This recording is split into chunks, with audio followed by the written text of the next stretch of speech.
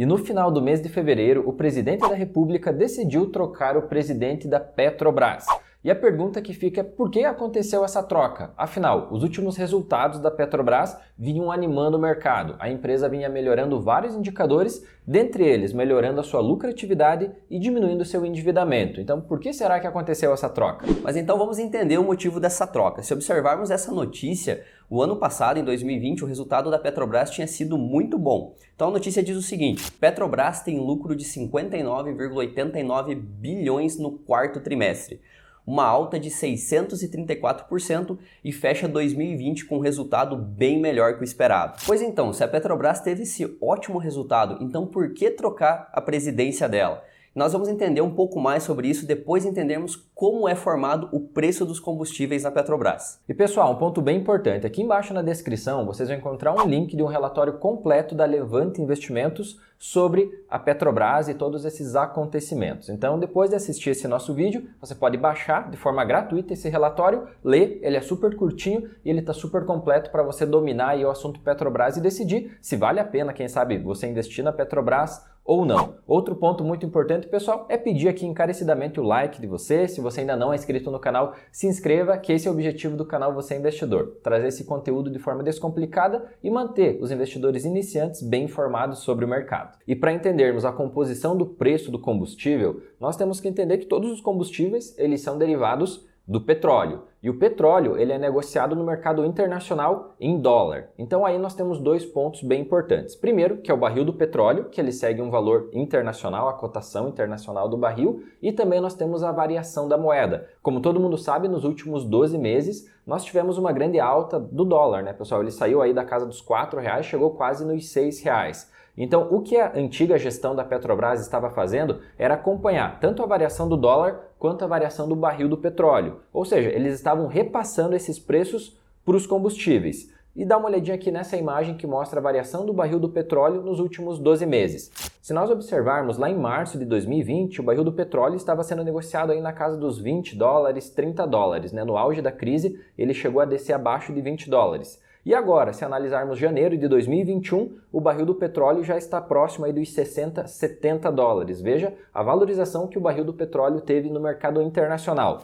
A antiga gestão, que foi substituída pelo presidente Jair Bolsonaro, então eles repassavam para o preço do combustível, lá na bomba, o preço final, esse aumento, tanto do barril do petróleo internacional, quanto da variação da moeda estrangeira, que no caso é o dólar. Então isso era muito bom para a empresa, pois ela conseguia manter suas margens, mas por outro motivo nós tínhamos um problema interno que nós já vamos abordar aqui para vocês. E também, além da variação do preço do barril do petróleo e a cotação do dólar, nós temos outras coisas que também somam na composição do preço do combustível. E nada mais é que a nossa carga tributária. Então vai estar aparecendo uma imagem aqui para vocês onde a gente pode medir quais são o percentual desses impostos sobre o valor do combustível. Então vocês podem ver aqui que a composição do preço do combustível, ele é 40% do preço que sai lá da refinaria.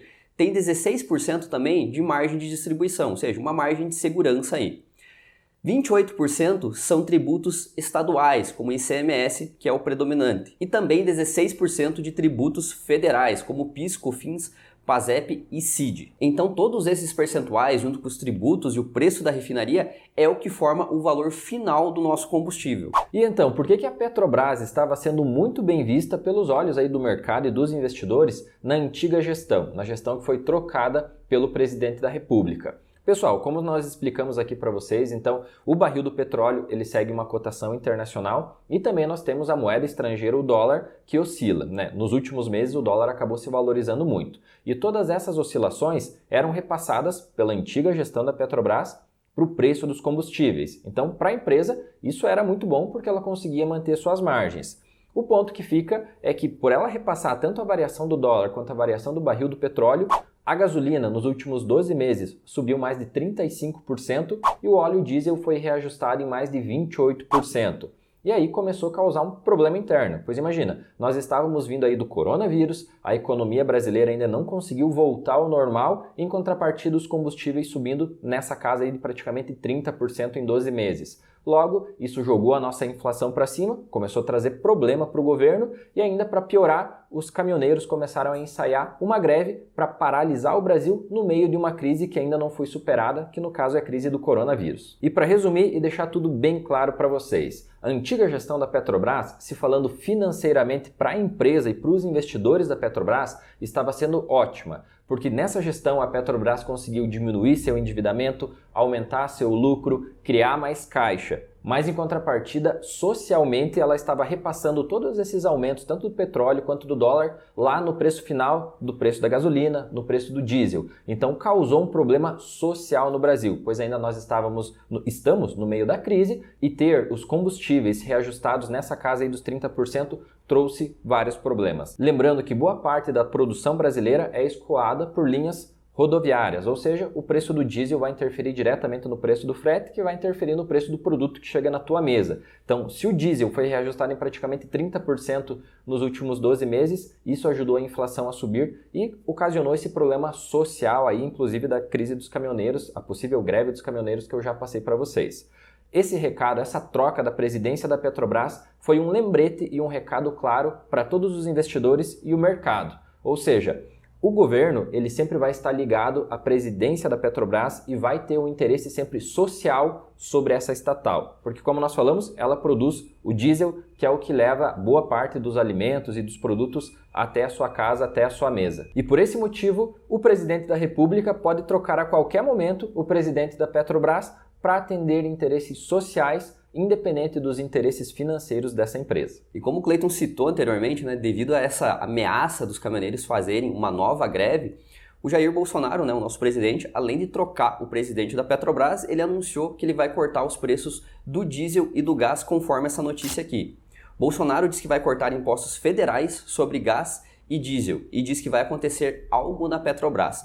Então por que ele fez esse pronunciamento? É porque ele pretende acalmar o povo, acalmar principalmente os caminhoneiros, para que eles tenham paciência que ele vai reduzir essa conta, ele vai reduzir o preço dos combustíveis. Mas para algum lugar tem que ir essa conta, alguém tem que pagar isso e a gente vai explicar para onde vai isso agora mesmo. Bom, mas e quem que vai pagar essa conta, Bom, o governo nunca vai diminuir a arrecadação. Você já viu um político ir com menos dinheiro para casa? Bom, brincadeiras à parte, o que vai acontecer? Essa arrecadação, esse imposto, simplesmente ele só vai trocar de lugar. Então hoje ele está nos combustíveis e ele vai passar agora para o setor financeiro, conforme essa notícia que eu vou ler aqui para você. Bolsonaro aumenta imposto de banco para reduzir tributo de diesel e gás. Então ele vai passar para as instituições financeiras esse tributo para poder fazer essa redução nos combustíveis. E como que isso vai acontecer é que a gente vai descobrir agora também. E vamos entender então qual foi o valor desse aumento. No caso dos bancos, eles passam de 15% de CSLL, Contribuição Social sobre o Lucro Líquido, então os bancos passam de 15% para 25%. E as corretoras e casas de câmbio passam de 15% para 20%. Depois, lá em 2022, o governo reduz um pouquinho a CSLL dos bancos para 20%, mas ainda assim um valor maior do que os bancos pagam hoje. Então perceba, pessoal, o que acontece? Acontece que o governo não vai reduzir imposto nenhum, ele só vai trocar quem vai pagar esse boleto. Ao invés de ser os consumidores finais no preço do combustível, vai ser as instituições financeiras. Mas aí, será que os bancos e corretoras vão deixar de ganhar menos? E é claro que não, isso vai ser repassado para os clientes finais. Principalmente no caso dos bancos, que eles vão repassar isso nos financiamentos, empréstimos e tarifas bancárias. Então só trocou o pagador, lógico que isso vai ser repassado para o cliente final, sem contar, pessoal, que isso também vai afetar a própria Petrobras. Porque quando lá em 2015, no governo Dilma, o governo decidiu limitar o preço do combustível, controlar o preço dos combustíveis, a Petrobras se transformou na petroleira mais endividada do mundo, aumentou muito o endividamento dela. Então, depois que se passarem esses incentivos mais pesados dos bancos, lá em 2022, a tendência é que a Petrobras tanto comece a queimar caixa, quanto comece a aumentar seu nível de endividamento para poder manter o preço dos combustíveis. Lembrando isso porque é uma posição social, seria para manter aí a questão da inflação controlada. Se fosse olhar a empresa pelo modo financeiro, ela deveria estar repassando esses preços no preço final do combustível, mas aí ia trazer todo um problema social que nós já comentamos aqui com vocês. E aí a gente tem até uma faca de dois gumes, Cleiton? Porque vamos dar um exemplo aqui. Se você acha que o governo ferra com a Petrobras, quando você vê aquelas notícias que a Petrobras está super endividada, e você pensa, nossa, olha o governo acabando com uma das maiores estatais do país, Mas aí, por outro lado, você reclama do preço dos combustíveis, né? E o que isso traz, né? O que isso acontece? Se a gente está reclamando do preço dos combustíveis, vai obrigar o presidente a tomar decisões, né? Vai obrigar o governo a tomar decisões para baixar esse preço, né?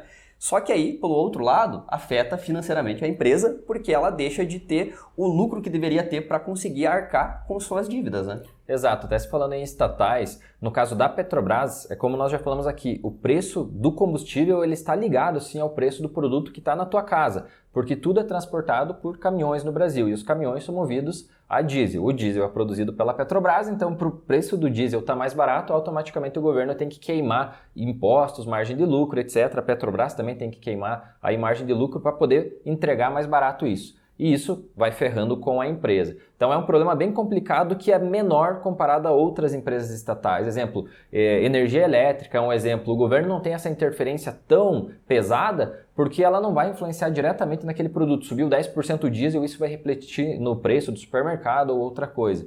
Então esse é o problema da Petrobras, ela está literalmente muito ligada ao preço de vida do brasileiro, né? Ao custo de vida do brasileiro. Então essa é uma questão que tem que analisar. Outras empresas estatais, essa mão do governo, ela não tem esse peso tão importante quanto a Petrobras, porque todo mundo sabe, se o preço dos combustíveis dá um pulo muito alto, vai ter greve, vai parar tudo e vai gerar um problema social muito grande. E até aqui fica o ponto, né? Será que realmente vale a pena você se tornar sócio de uma empresa assim, né? Que a qualquer momento o presidente da República vai lá e toma uma decisão social, independente da empresa levar prejuízo ou não. Então, para o investidor de longo prazo, você tem que estar ciente desse risco, né? Porque é um risco de, como nós vimos na crise, Petrobras saiu lá dos R$30, quando teve essa notícia caiu para os R$20, né? Foi uma queda bem acentuada. Exato, trazendo isso para o mundo dos investimentos, investir em empresas assim que são muito voláteis, né, que oscilam demais, pode ser arriscado, porque você nunca vai ter uma certeza do futuro, né? E falando um pouco mais a respeito até dos preços e dos custos da Petrobras, para quem não sabe, os custos de produção do combustível e tudo é em dólar, né?